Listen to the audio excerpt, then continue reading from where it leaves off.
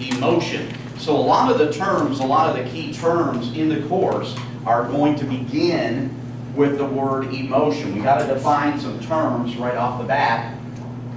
We're going to talk about emotion, emotional arousal,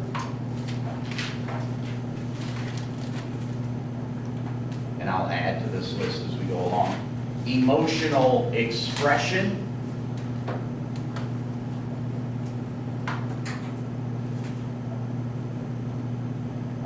emotional behavior,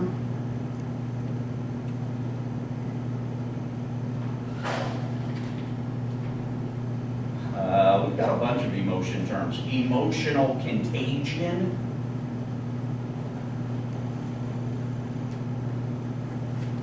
and emotional intelligence. That'll get us started.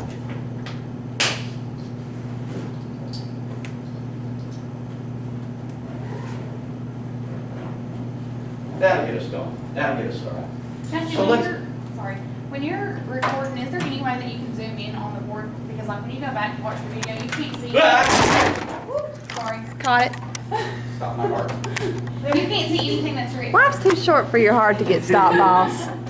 Anything That's that's gonna written be on the great. board. Okay, I can try to. Okay. Just the thing I think is, it's because the the board's farther that white. you It could the be. farther that you zoom it in, it gets like kind of grainy and Okay. weird looking. But we'll try that. That would be fine. Thank you. Okay, so let's define these terms. This will help you as you're going through the chapter and you're working on the study guide and getting your notes together. If you know the definition of these terms, and right there's one of the rows in the matching, it looks like. Emotion, the term emotion, describes the feelings that we experience. Common term, common word, we use it all the time. Emotion describes the feelings that we experience.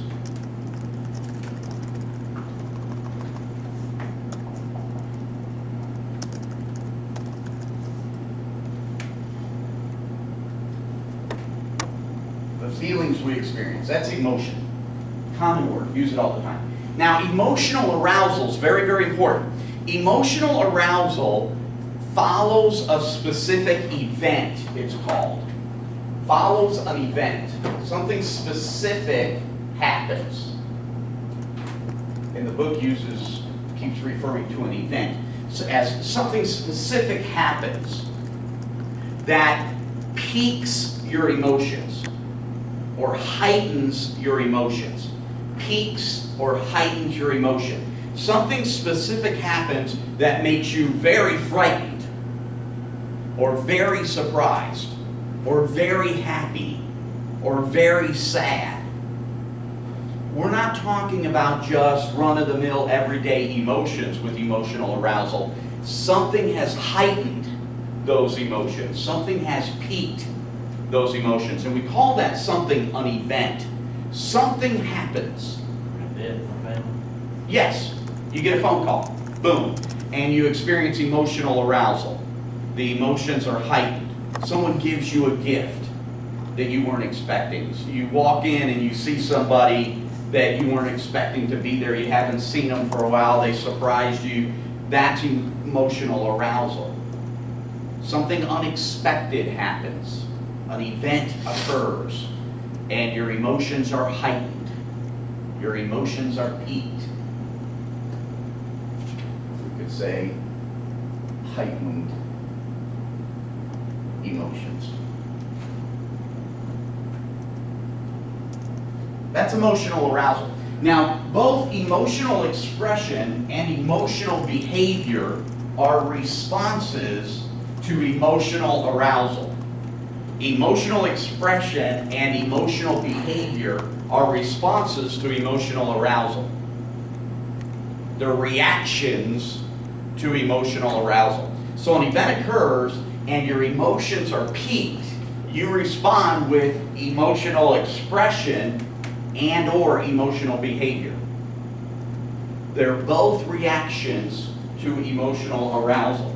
Now, there's subtle differences between the two, and you need to know these differences and be able to tell the two apart when you take the test.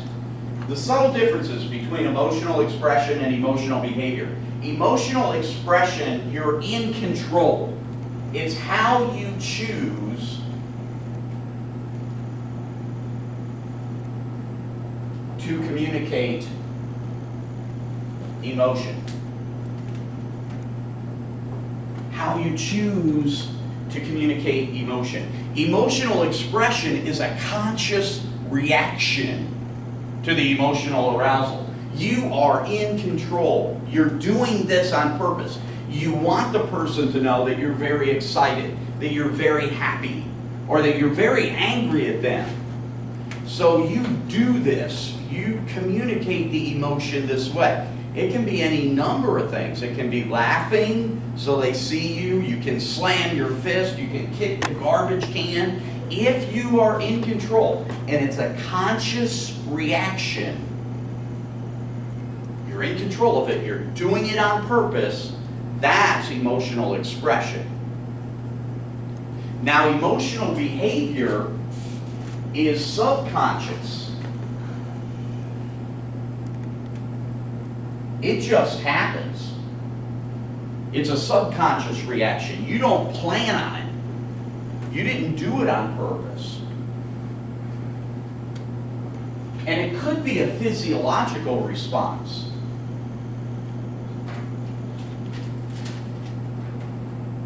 It could be a physiological response. It could be very, very subtle, like your hand shaking when the instructor calls on you to stand up in front of the class and give a presentation unexpectedly, and your hands start shaking. That'd be emotional behavior. You didn't plan that. You didn't do it on purpose. It just kind of happened. Or you get the butterflies in your stomach, or sweaty palms.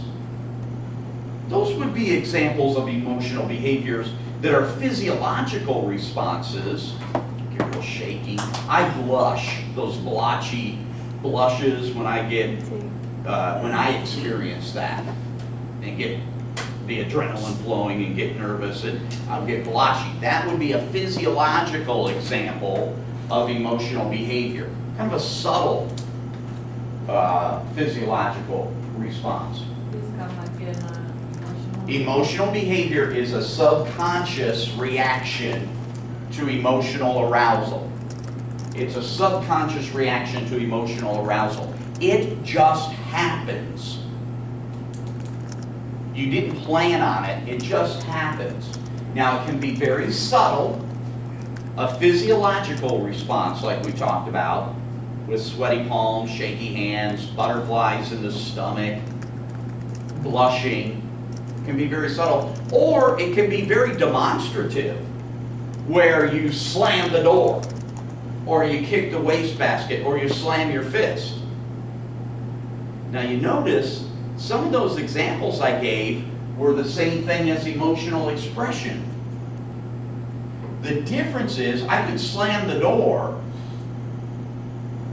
We have a back and forth in the class, and I get angry, and I leave and I slam the door. That behavior, that response could be either emotional expression or emotional behavior. The difference would be, did I slam that door on purpose to let you know how mad I am? Or did it just kind of happen? I wasn't thinking. I just did it and it happened. That would be emotional behavior. Or you kick the garbage can without thinking, or slam your fist without thinking. You've seen or heard of people punching the wall when they get mad and they break their fist or something. They think, oh my gosh, that was stupid.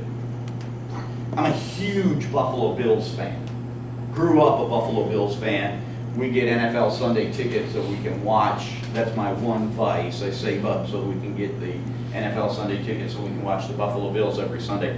Back when the Bills were playing the Giants in the Super Bowl, before a lot of you were born, Buffalo was supposed to win that game. They were about to win that game. Came down to a field goal. And I had a bunch of my students over at the house watching the Super Bowl. We had kind of a Super Bowl party because I was expecting a big win and a big celebration. And the phrase that sticks in every Buffalo Bill fan's head is wide right. The field goal went wide right, and they lost the Super Bowl to the Giants. I jumped up, and Mitchell, our oldest son, had a big metal Tonka truck, and I kicked the Tonka truck. And actually the Tonka truck went farther than the football did on the field goal. I about broke my toe. Oh my gosh, it hurt. You scared your kid. But I didn't even think about it. It just happened. I just did it. That's emotional behavior. And sometimes emotional behavior can get you in trouble if it's inappropriate. I mean, if you are in the military and your CO yells at you or tells you to do something and you slam your fist, you're going to be in all kinds of trouble. If you're married and your wife tells you to do something and you slam the cabinet door, you're going to be in all kinds of trouble. Emotional behavior, if it's inappropriate, can have a negative response to it. We do it without thinking. It just kind of happens. And it certainly communicates messages. Emotional expression and emotional behavior can be the same actions. It's just one is conscious, you're in control, you choose to do it. The other is subconscious. It just happens. You didn't mean to do it. You didn't. Okay? Know the difference between the two? Understand the difference between the two? Emotional contagion, they talk about in your book, and it's one of the key terms in the vocabulary. Emotional contagion is when you experience emotion, it's catching. That's what it means. When you experience emotion because the people around you are experiencing it.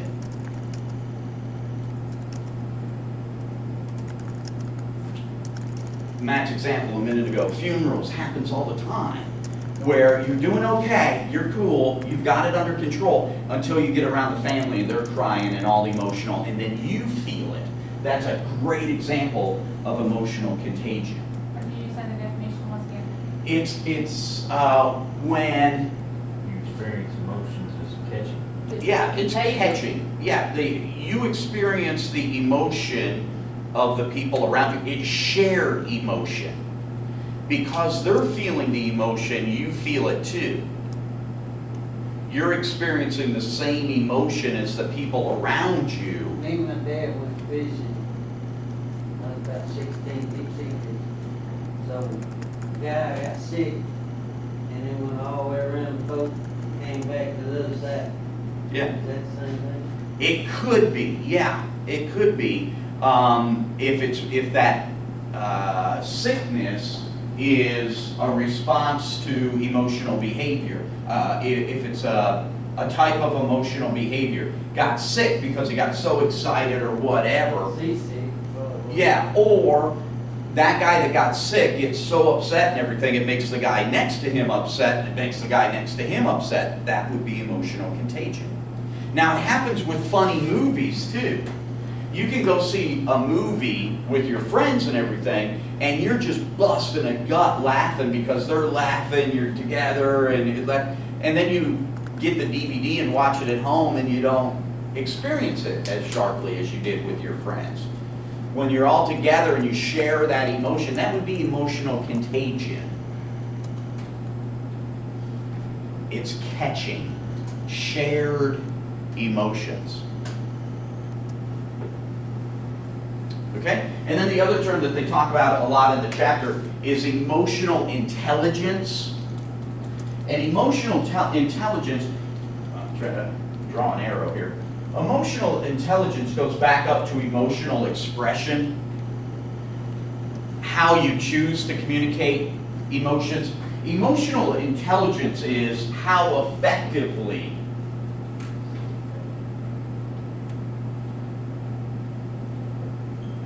you communicate your emotions.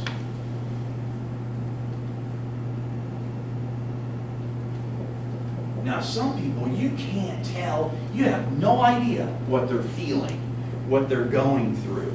You don't know if they're angry, upset, if they're surprised. You don't know what's going on. They don't communicate their emotions very effectively. Some people, it doesn't matter what the emotional arousal is, they respond the same way. Some people cry when they experience emotional arousal.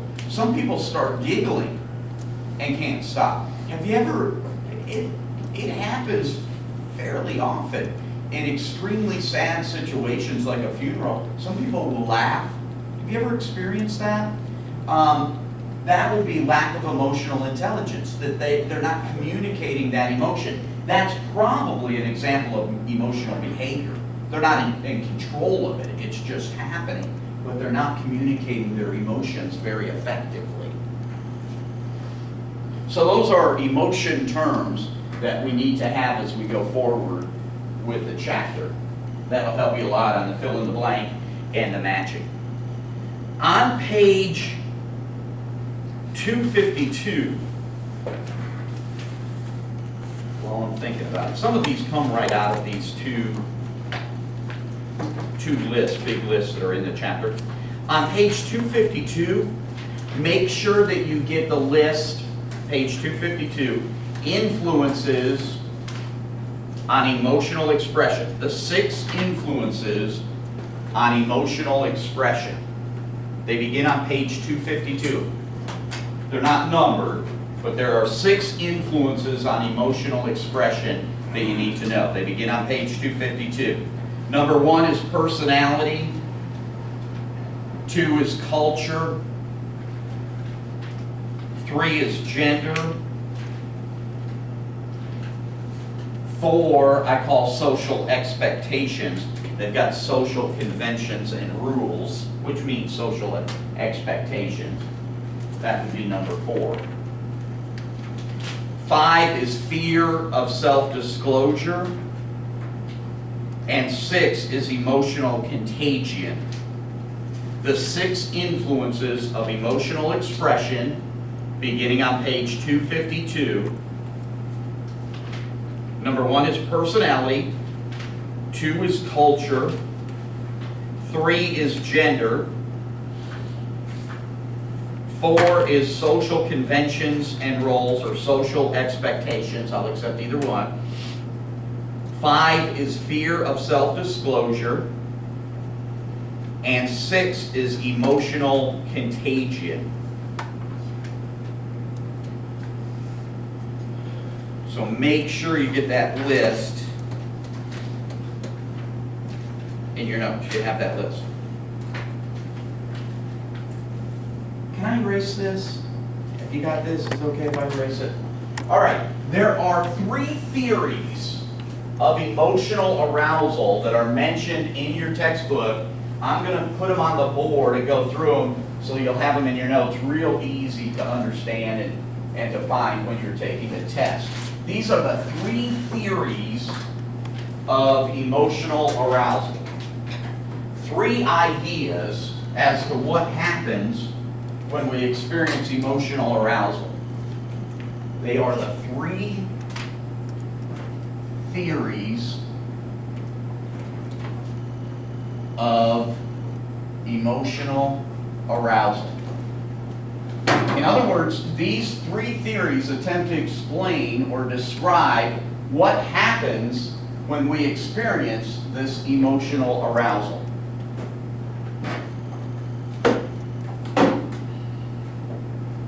What happens to us? How do we react when we experience emotional arousal?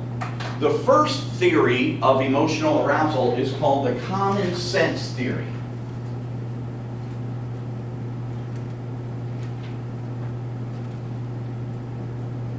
The common sense theory of emotional arousal helps to explain how we react, how we respond when we experience emotional arousal. The common sense theory says, number 1, and we have to have this first step with all of these theories, in order to have emotional arousal, an event must occur. Remember that, something specific that heightens your emotions. An event occurs. That's step 1 in the common sense theory. All right? Common sense theory says an event occurs.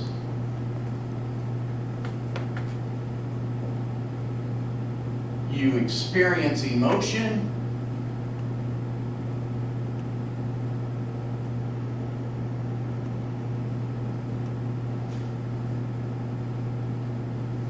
Something happens, you experience the emotion, and then you respond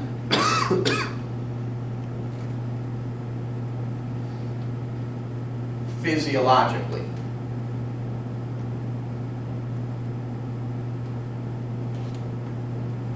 Okay? Common sense theory says that an event occurs, something happens, you experience the emotion and you respond physiologically. So it's a beautiful day. Beautiful day today. You decide you're going to go out hiking in the woods, maybe pick some berries, just enjoy the sunshine, enjoy nature for the day. You're walking down the trail and all of a sudden from behind a tree, "Arrgh!" a bear jumps out. Claws, teeth, nasty bear. Ah, the bear's going to eat you. That's the event. Ah, the bear jumping out. According to the common sense theory, once that bear jumps out, you're what? Frightened, probably, scared. So you experience the emotion and then you respond physiologically. I did. You what? Play dead. Yeah, you drop. You kick the bear. You throw the bucket at him and take off running. You wet your pants. Whatever it is, you respond physiologically. And that's important because we all experience it. We all respond to emotional arousal differently. Especially when we're talking about emotional behavior where we really don't have a lot of control over it. Who knows how we're going to respond when that bear jumps out? So that's what the common sense theory would say. The bear jumps out, going to eat you. You get scared, you throw the bucket and take off running. Make sense? Sound logical and reasonable? Okay, number 2 is called the James Lang theory. The James Lang theory of emotional arousal. James Lang says that the event occurs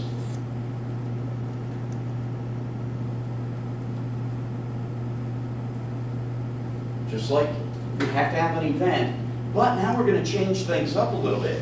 The James Lang theory says the event occurs, you respond physiologically,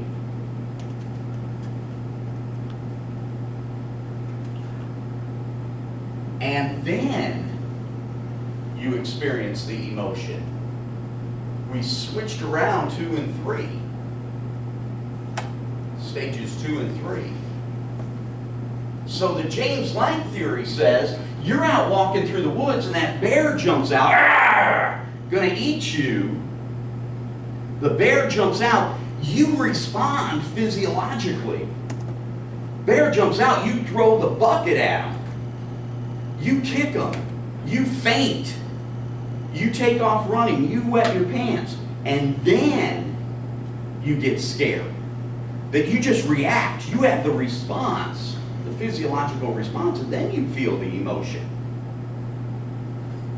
Does that one make sense? I think that's more what goes on. Yeah. All right, let's go to number 3 now. Number 3, this will help you on the test. Number 3 is the only one of these theories that has an extra step added to it. There are 4 steps to the cognitive labeling theory.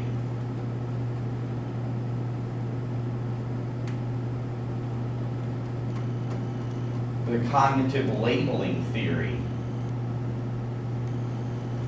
of emotional arousal. Got to have an event. We're going to follow the James Lang theory here for a little bit. The event occurs, you respond physiologically,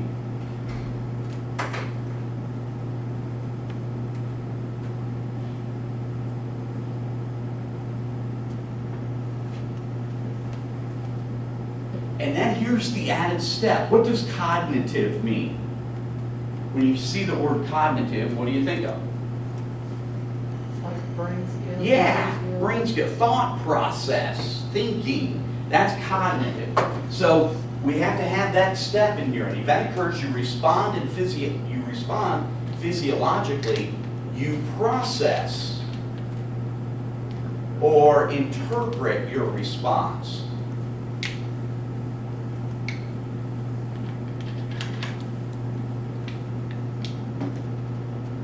And then you experience the emotion.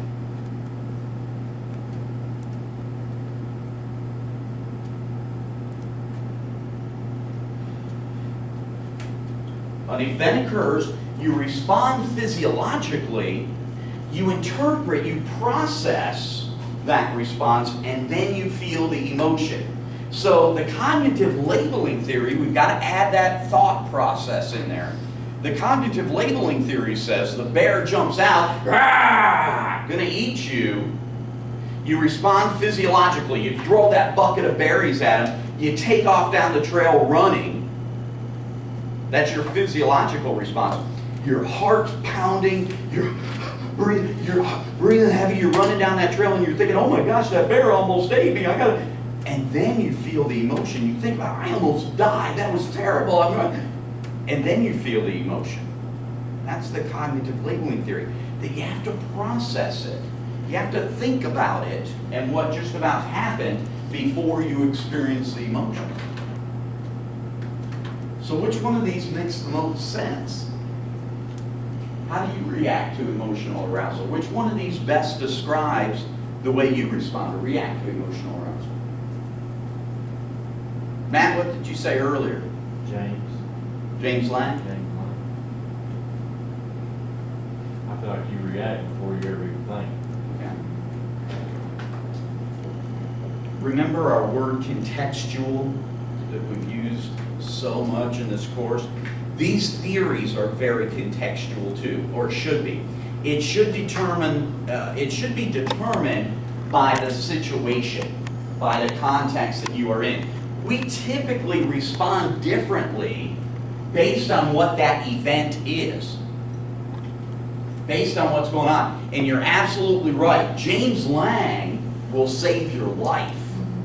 I mean, we're taught in some situations to respond James Lang. If you're driving in your car, you're out on interstate or whatever, a long trip, and you're driving. Have you ever done one of these coming back from a concert or something, and your head's got a night class, and your head starts bobbing? Have you ever done that? Long day?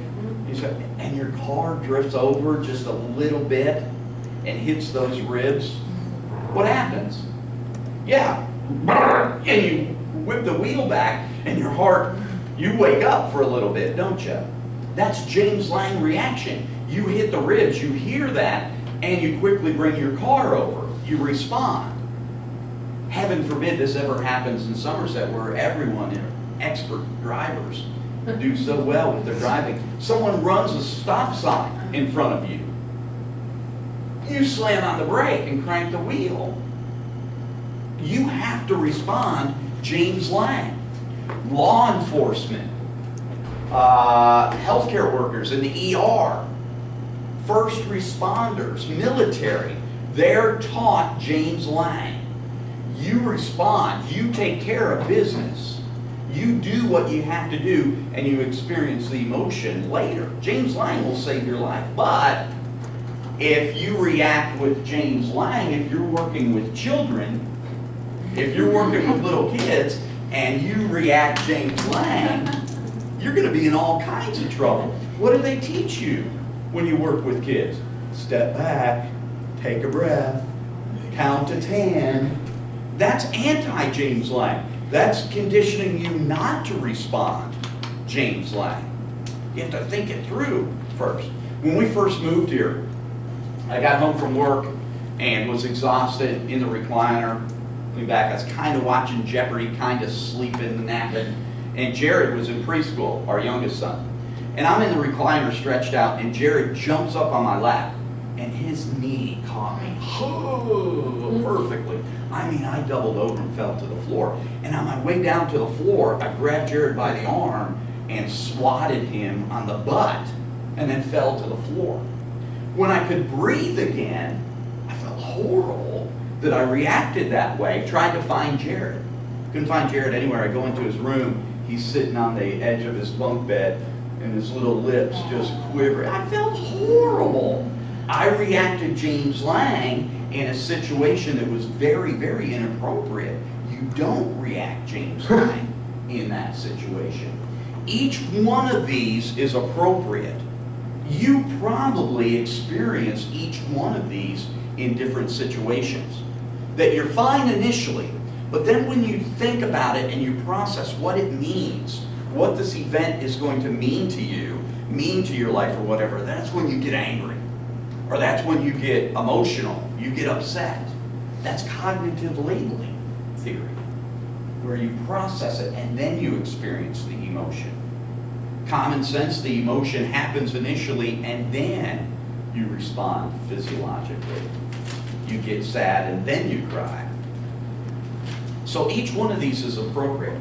You need to, on the test, these are 60 points. There are, I'm trying to think, complete the steps for each one. So that would be 10 points each. And then fill in the blank where I set up a scenario for you. Yeah. I describe an event and your reaction. And you have to identify which one of these theories I'm describing. So you should be able to read my description and say, okay, here's the event, and I responded physiologically and then I felt the emotion. Well, that's James Lang. Or here's the event, his description of the event. This is going to be an easy one because it's obviously got 4 steps in it. That's cognitive labeling theory. Cognitive labeling theory is the only one with 4 steps. And then you've got common sense theory left. So you have to be able to read my description and determine whether I'm describing common sense, James Lang, or cognitive labeling. Okay? Depending on what textbook, you might have these again in psychology class or abnormal psych, and sometimes they play with the names a little bit. Instead of cognitive labeling, they'll just put the labeling theory or the cognitive theory. But these are quite common. You see these, you might experience these again in another course, in another class. So that's major points on your Chapter 8 test. That's 60 points. Just on that page. I mean, they might show up again in the matching and the true false and that kind of stuff. So make sure you understand that. Are there any questions about these 3? Finals open note as well, right? Oh, no, Yes. yeah. Yep, handwritten note. If it wasn't for these notes, I don't know. Okay, one of the concepts that we always discuss when we talk about emotion is the concept of the spiritual child. And this comes up when we talk about emotion and we talk about relationships. And what the spiritual child describes is the idea that the relationship that you create with another individual, the relationship you have with a good friend, with someone you're romantically involved with, significant other, that relationship is unique. It's like a spiritual child. The terminology that we use when talking about relationships and the emotions in those created in those relationships, we use the same terminology that we use with children. We nurture the relationship, we adopt the relationship. We use a lot of the same terminology. No relationship, no 2 relationships are identical. Every relationship, just like a child, is unique. And the emotions that they create in that relationship are going to be unique. So what they're talking about in the textbook is that it's very, very difficult to judge one relationship on your relationship or what you think a relationship should be. They're all different.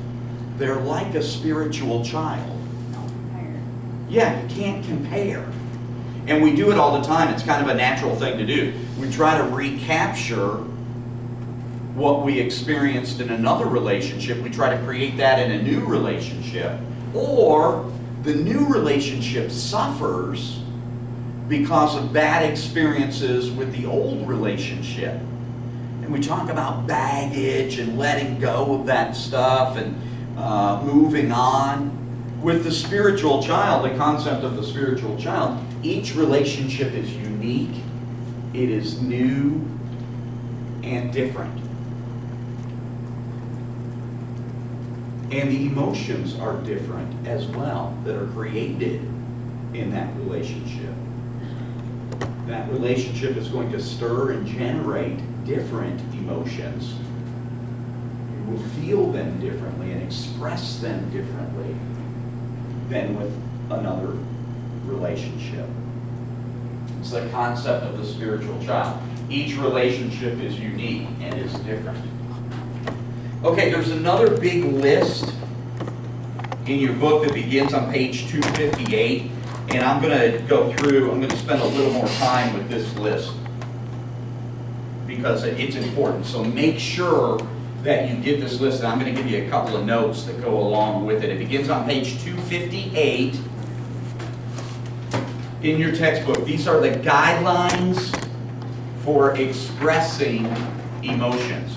There are 6 guidelines for expressing emotions. And there's more than a couple test questions that comes from this list. On page 258, the 6 guidelines for expressing emotions. See where I am? Number 1 is recognize your feelings. Recognize your feelings. What I'd like to do with number 1, it says recognize your feelings. Let's put in parentheses after that, recognize your feelings, meaning identify the reasons for your feelings. Recognize your feelings, identify the reasons for your feelings. What has happened? What has taken place? Why are you feeling this way? Identify the reasons for your feelings. Recognize your feelings. What am I feeling? Am I really angry at that instructor, or am I frustrated with myself? What has happened? I didn't prepare for the test. I didn't get ready for the test. So I'm frustrated at myself. Where are these feelings coming from? Well, I'm kind of taking it out on this person because of an old relationship. I'm carrying that baggage. I think it happens a lot too. But if we take the time to identify the reasons for the feelings, where are these feelings actually coming from? What's going on? Why are you going through this? Why am I experiencing this? Might be surprised sometimes. It's an emotional inventory. Do what? It's an emotional inventory. Where's it coming from? Why am I feeling this way? Identify the reasons for your feelings. Helps you understand those feelings. And number 2 will help us do that from a language standpoint. Number 2 says, under 6 guidelines for expressing emotions, helping you communicate your emotions, increasing your emotional intelligence. 6 guidelines for expressing emotions. Number 2, choose the best language. Choose the best language. Now that doesn't mean English or Navajo, or English or Swahili or whatever. What they're talking about is that when we are talking about, well, let's start off with real fundamentals. When we're talking about our feelings and emotions, what kind of messages are we using? Content messages or relationship messages? Relationship. Yeah, when we talk about our feelings and emotions, we're using relationship messages or relational messages. So think for a minute, are relational messages, are relationship messages high abstract or low abstract? Love. They would be high abstract, right? Because content information is low abstract. It's very specific. 2 + 2 = 4. Pretty difficult to argue with that. Relationship messages, relational messages, tend to be high abstract. Love means different things to different people. The language that we use when we talk about our feelings and emotions and relationships tends to be high abstract. Will you go out with me? What does that mean? Marriage means different things to different people, obviously. So the language itself that we use when talking about our feelings and emotions tends to be high abstract language. So with number 2, in choosing the appropriate language or choosing the best language, in parentheses, put describe. Describe your feelings. Be as specific as you possibly can. Describe what you're going through. You're trying to communicate your feelings to someone else. By describing our feelings, we're trying to take a high abstract concept and make it as low abstract as we possibly can. It's hard to do. That's hard. Yeah, it's very difficult to do. But if you describe your feelings and be specific, when you do this, I feel this way because of a relationship I had earlier, or because it tells me that you don't, whatever. You're describing your feelings, and this is what you need to know for the test. By describing our feelings, we're taking high abstract, by describing our feelings, we're taking high abstract relationship messages and making them as low abstract as possible. By describing, and you might want to underline describing, by describing our feelings, we're taking high abstract relationship messages and we are making them as low abstract as possible. By describing our feelings, we're taking high abstract relationship messages and making them as low abstract as possible. That ties in with number 3 on our list of guidelines for expressing feelings.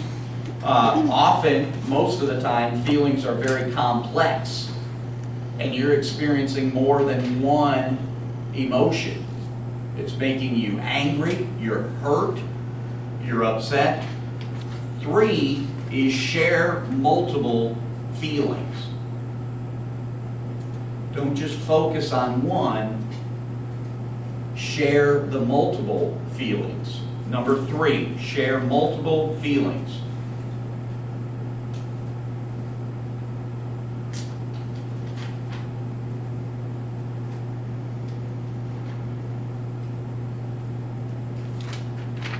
Number 4, recognize the difference between feeling and acting. Recognize the difference between feeling and acting. This is number 4 on page 262. Recognize the difference between feeling and acting.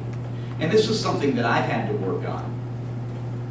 We have a natural hesitancy. We try to avoid the feelings because we're afraid of how we're going to respond. We're afraid of that emotional behavior. So we avoid the emotion.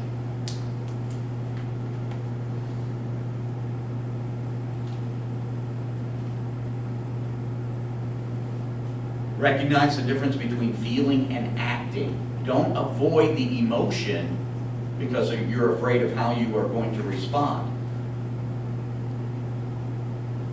Remember, we're in control of emotional expression. We can choose how to respond, or if we even really need to respond. Some situations, it's better if we don't respond, right? And we can choose to do that. I do it often when I'm in meetings with my supervisors. We got a leadership team meeting today that I'm missing to be here with you, and I want to thank you all very, very much for that. But often I'll get upset with something my supervisors want me to do.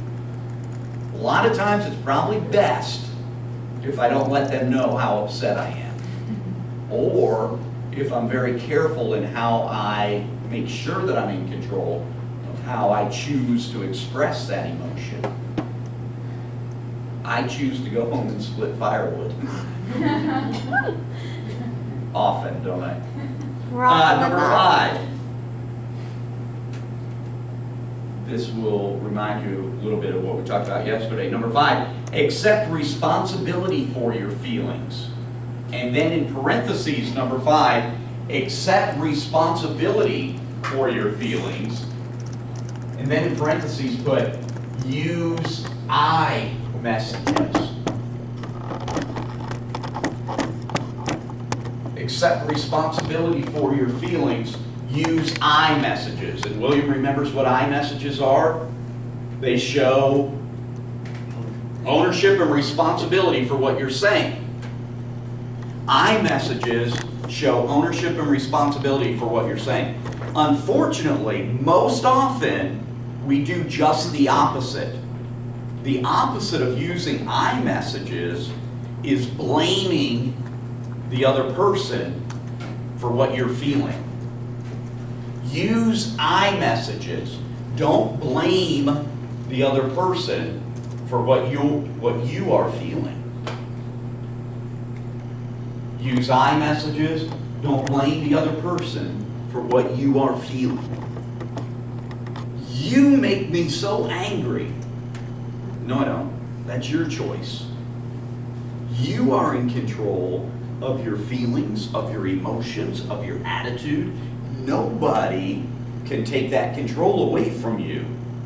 But the things they do make you feel that way. They can try to take that away from you. And it's one of those things that's easier said than done, especially if you're talking about a significant other whose actions and behaviors do influence what we're feeling. But we certainly have control over how we are going to respond to that. You've got to take ownership for the feelings. It's not bad that you're feeling this way. Okay, now what do I do? How do I express this? How do I communicate this? How do I deal with this? That's what you are in control of. When it comes to you hear a lot of marriage counselors or relationship counselors, things like family counselors. They always tell you to use you messages instead of I messages. And I was wondering why that is. I don't know. Because- It expresses to the other person, you make me feel this way. Right. Well, I understand, but then the whole goal is to. Yeah, I don't understand that. And from a communication context, that's assigning responsibility for what you're feeling to somebody else. And I don't know how beneficial that's going to be in the relationship because, and I don't know what was said, I don't know the context, I'm not saying that your counselor is wrong. But from my perspective, what that does is say, I'm good, it's on you. So it'd be better to say. It's your responsibility. When you do this, I feel this. Exactly. That I feel this way. Now it's shared. Now you both have a responsibility to what's going on in that relationship. But the danger with the you messages is that you assign, you lump all of that to them. I'm good. You made me feel this way. Yeah, it's on you. It's on you. Instead of sharing that responsibility, dealing with it together. Now, if you go back to the last one, describing your feelings, or go back a couple more, you work that hand in hand, using the I messages and taking ownership. Here's what has taken place. Here's how I feel about that. When this and this and this happens, I feel this way. It says to me that you don't care. It says to me that I'm not a priority. It says to me that this is more important than the kids. Whatever it is, you're being specific and you're describing those feelings and you're using those I messages. In the book, it says our messages can be used too much. Yes, it can. Yes, they can. They can become self-centered. Remember we talked the other day about being other-oriented and focusing on the other person? You can abuse I messages too, where it becomes all about you and you... I'm trying to think of a good illustration of this, where you use the I messages to manipulate the other person. I'm in control. And you use it negatively. It's like any tool, it can be abused. And iMessages can be abused, where now it's all about you. It becomes very self-centered if it's abused, if it's used to the extreme. In most cases, iMessages are positive and are encouraged, should be used. You don't want to overdo it and use them to manipulate the other person. Get them to do what you want them to do, or send the message that you are in charge and they have no control. You said You don't wanna do that at iMessages are all. encouraged in what? I'm sorry? You said iMessages are encouraged in what? Sorry. Are encouraged and usually appropriate unless they're abused. Encouraged and appropriate unless they're abused. They can be used for control. Individuals that have control issues can use the iMessages to intimidate, to overpower the person psychologically, and that becomes abusive and inappropriate. Number 6. Number 6 is choose the best time and place to express your feelings. On page 262, choose the best time and place to express your feelings. In parentheses, put assess your communication options.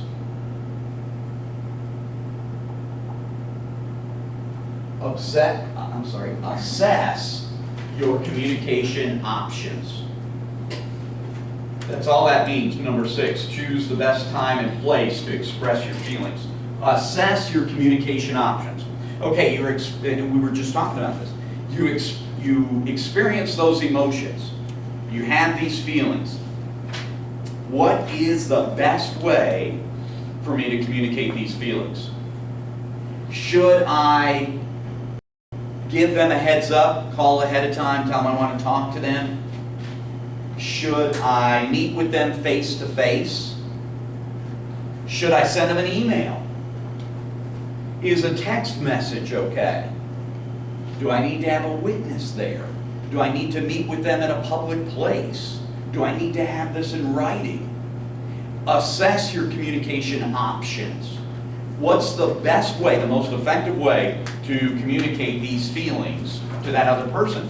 And sometimes, and we just mentioned this too, assessing your communication options means the best thing is not to communicate the feelings. I'm just going to keep that to myself. And that happens quite a bit. That the best thing in the world that's inappropriate, that's not going to be helpful for me to communicate this to anyone. All that's going to do is hurt their feelings. All that's going to do is get me in trouble. Probably best if I just keep that to myself. Sometimes that's the case.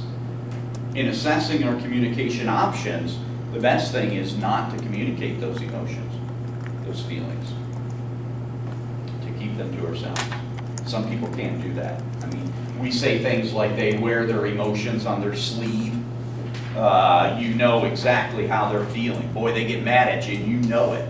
I can't keep my mind. Yeah, some people just have a very difficult time keeping that in. But sometimes that's the most effective thing to do. So that's what that means when somebody says they wear their heart on their sleeve? Yes. Or emotions on their sleeve? Yep, if you know exactly what they're feeling, they A look on their face. yeah, you can tell what they're feeling. That's exactly what both of those terms mean.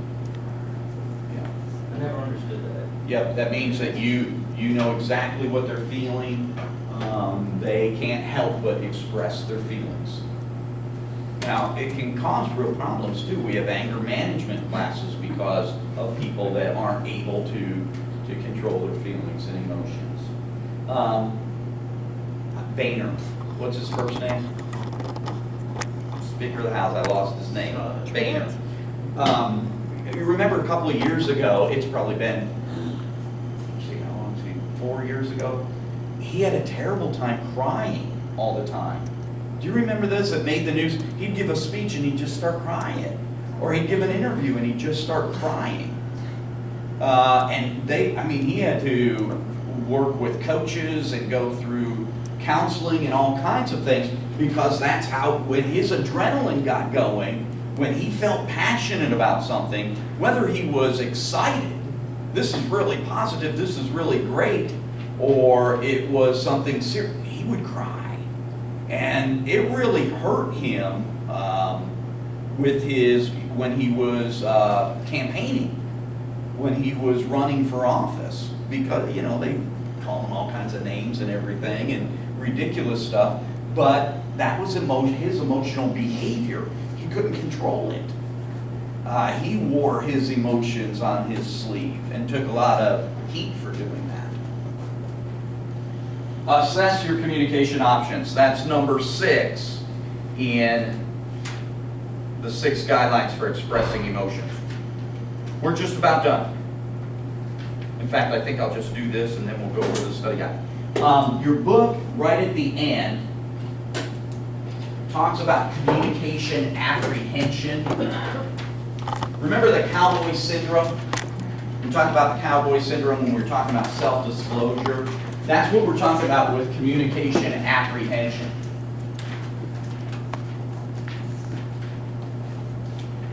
Communication apprehension is a nervousness or an anxiety when it comes to communicating. That's me. I'm sorry? That's me. Yeah, we talked about it, a specific type of communication apprehension, when we talked about the cowboy syndrome. Remember that? A hesitancy to self-disclose out of fear of weakness. You've got that in your notes. That'll definitely be on the final, and I think I put it on this test too. So make sure you have the definition of cowboy syndrome in there. I'm sorry? Cowboy syndrome was in chapter 3. Chapter 3, it is a hesitancy to self-disclose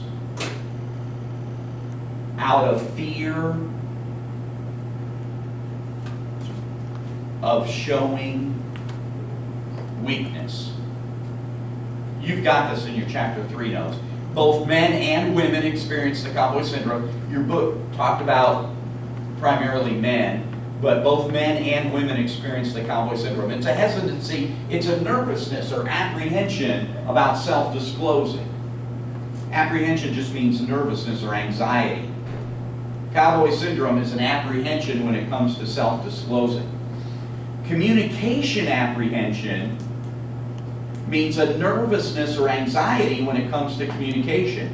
And there's 2 types of communication apprehension that you really need to know. There's state apprehension and trait apprehension. Don't get these confused on the test. Communication apprehension is a nervousness or an anxiety when it comes to communicating. So would that be like, you watch Big Bang Theory? Mhm. Raj and his communication with With women, yeah. That would, well, I'll use that as an example here in a minute.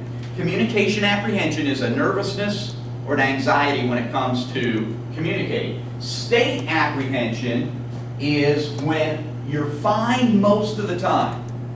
You're pretty good in most situations, pretty comfortable communicating most of the time. But specific situations make you very, very nervous. You get nervous in very specific situations. Raj, on the Big Bang Theory, he's kind of gotten over it now, but in the first few seasons, Raj could not talk to women at all. He would go mute, would not be able to communicate, would not be able to talk to women at all. That would be state apprehension. He was fine in other contexts, in other situations, but put a woman in front of him and he couldn't speak. Remember Cheers with Cliff Clavin? Cliff Clavin experienced the same thing. He'd get all tongue-tied and everything when he tried to talk to a beautiful woman. That is state apprehension. When you're fine most of the time, but a specific situation makes you really, really nervous. What's the most common example of state apprehension? Public speaking. almost everybody experiences state apprehension when it comes to public speaking. Almost everybody at some level will experience state apprehension when it comes to public speaking.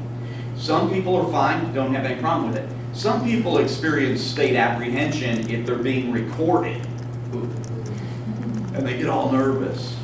I run into that all the time at the radio station.